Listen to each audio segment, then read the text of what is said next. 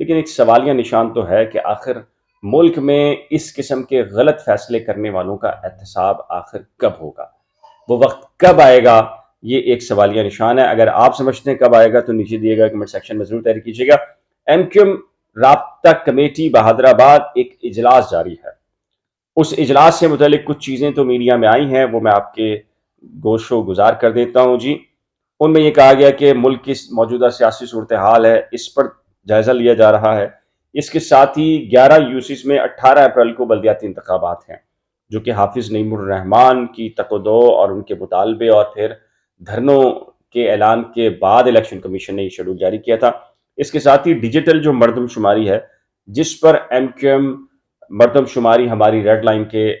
نام سے جو ہے وہ ٹرینڈ چلانے کی کوشش کر رہی ہے، بلکہ ٹرینڈ چلا بھی ہے، اس پر ہے۔ یہ تو ہے وہ جو عام میڈیا میں چل رہا ہے۔ ایک معاملہ اور بتایا جا رہا ہے، ذرائع ہمارے یہ کہتے ہیں کہ این اے 239 جو حلقہ ہے قومی اسمبلی کا، اس میں 30 اپریل کو انتخابات ہو رہے ہیں۔ 4 امیدواران ہیں ایم کیو ایم کے جن کے کاغذات نامزدگی منظور ہو گئے ہیں، اور لیکن پی ڈی ایم حکومت شہباز شریف، اب شہباز شریف کے پیچھے کون ہے آپ کو میرا خیال ہے مجھے کہنے کی ضرورت نہیں، آپ بخوبی اندازہ ہے آپ کو، مائنس عمران والے، وہ بھی یہ کہہ رہے ہیں کہ این اے 239 میں انتخابات میں حصہ نہ لیا جائے۔ لیکن ہمارے ذرائع یہ کہہ رہے ہیں کہ جی ایم کیو ایم پاکستان غور کر رہی ہے کہ انضمام کے بعد ایک ٹیسٹ کیس کے طور پر این اے 239 کے انتخاب میں حصہ لیا جائے، اگرچہ پی ڈی ایم ان کو منع کرے، لیکن کم از کم ان کو اپنی جو تنظیم ہے اس کا اندازہ ہو، ووٹ بینک کا اندازہ ہو، خامیوں کا پتہ چلے، اور ان کو پتہ چلے کہ پبلک کے اندر ان کا ووٹ بینک ہے نہیں ہے، کس قدر ہے۔ یہ تمام تر جائزہ لینے کی کوشش کی جا رہی ہے آج کے اس اجلاس میں، جو ذرائع ہمیں بتا رہے ہیں۔ ادروائز ڈیجیٹل مردم شماری کے اوپر پچھلے دنوں بھی اجلاس ہوئے ہیں، ٹرینڈ چلا ہے، ساری چیزیں ہیں، اور تحفظات اپنی جگہ پر ہیں، لیکن ظاہر ہے کہ یہ جو اجلاس ہے، اس اجلاس میں جو انٹرنل ایشوز ہیں اس کے اوپر بھی کہا جا رہا ہے کہ بحث کی جا رہی ہے، مزید تنظیم کو بڑھانے کے حوالے سے بات کی جا رہی ہے۔ اچھا جی، مرتضی علی شاہ ہیں، جیو نیوز کے رپورٹر ہیں، بڑے معروف، انہوں نے ایک ٹویٹ کی ہے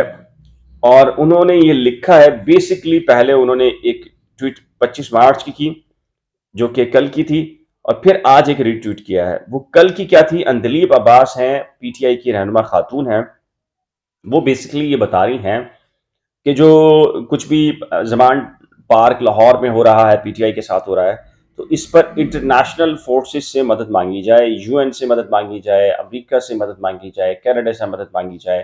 یورپین کنٹریز ہیں ان سے مدد مانگی جائے، ان سے کہا جائے کہ وہ اپنا کردار ادا کریں جو کچھ بھی پی ٹی آئی کے کارکنان یا لیڈرشپ کے ساتھ ہو رہا ہے۔ مرتضی علی شاہ نے یہ لکھا ہے کہ جی ایم کیو ایم لندن، یعنی بانی ایم کیو ایم کو پاکستان کی حکومت نے اس لیے غدار قرار دیا کیونکہ انہوں نے یو این سے مدد مانگی تھی مہاجر کلنگ سے متعلق۔ لیکن مرتضی علی شاہ یہ کہتے ہیں کہ اندلیب عباس ہیں، وہ سب کچھ کر رہی ہیں، لیکن ان کے حوالے سے ریاست نے ابھی تک کچھ نہیں کہا، کیونکہ اندلیب عباس پوری جو ٹویٹر کے اوپر ایک ویڈیو ہے وہ بتا رہی ہیں پروسیڈنگ کہ کس کس طریقے سے آپ اس plate forms, in web sites اور ان سائٹس کے اوپر جا کر آپ اقوام متحدہ سے یا جو یورپین کنٹریز ہیں، یورپین کنٹریز کے ممالک ہیں، با اثر رسوخ ہیں، رکھتے ہیں، ان میں جا کر آپ کس طریقے سے آپ کہیں کہ پاکستان میں یہ سب کچھ ہو رہا ہے، اس کو روکیں۔ تو مرتضی علی شاہ نے یہ کہا ہے،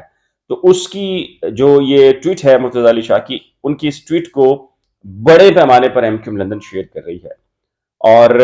بعض لوگ لکھ رہے ہیں کہ حیرت ہے کہ آپ کو ابھی تک کراچی اور پنجاب کے ڈومیسائل کے فرق کا اندازہ نہیں، پنجاب والوں کو 100 خون معاف ہیں۔ یہ بہت سارے ایسے کارکنان ہیں جو مختلف قسم کے جو کہہ لیجئے کہ تبصرے اور رائے دے رہے ہیں۔ اس کے علاوہ بھی اور بہت ساری چیزیں آ رہی ہیں اور لوگ رائے کا اظہار کر رہے ہیں۔ اچھا جی، جیسے کہ میں نے آپ کو کہا تھا کہ ایم کیو ایم لندن کچھ ایکٹیویٹیز انہوں نے ترتیب دی ہیں تاکہ ان کو بھی اندازہ ہو۔ ایک تو یہ کہ ظاہر ہے کہ ان کے 2 سابق سیکٹر انچارج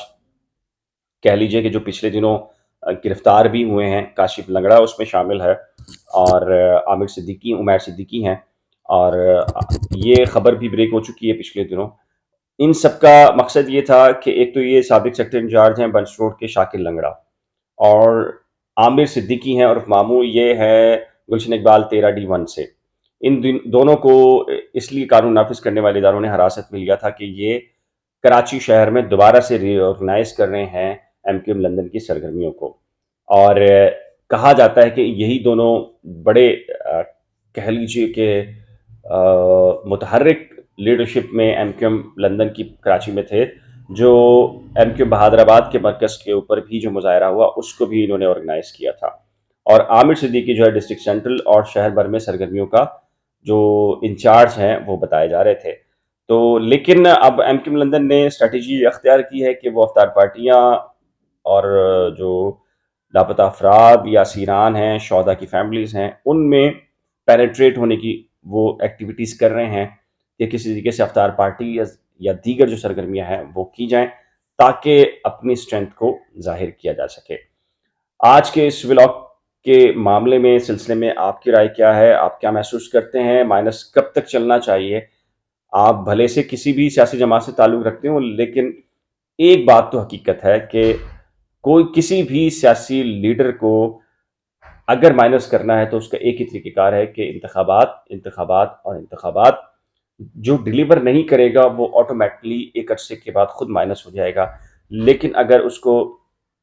اس